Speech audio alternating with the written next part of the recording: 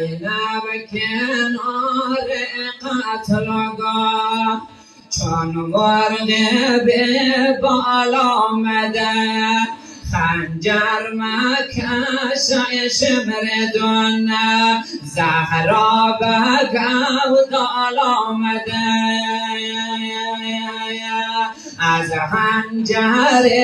خانه خدا آید به گوشن زمزمه خواهر برو سایه حرم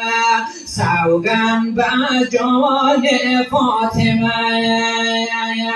خواهر برگشت گریان سر برده مرا نبینی